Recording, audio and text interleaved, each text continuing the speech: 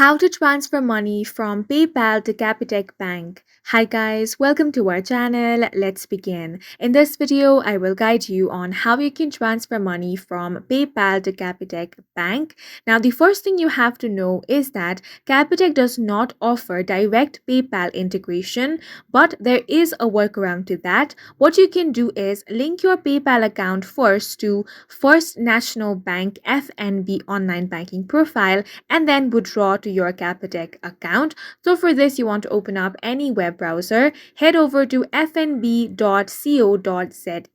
Make sure that you register over here first. After you have been registered, log into your account by entering all of your credentials. Now, once you have been logged in, you want to tap on My Bank Accounts option and then tap on PayPal Services. Now choose Link PayPal Profile option. Then you will have to enter your PayPal email, ID number and balance of the payment details. Next thing you want to do is input your Capitec account details and confirm your address. You will get an OTP to enter and submit.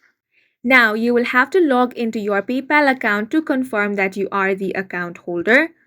Once linked, you can transfer your funds after FNB verifies your Capitec account.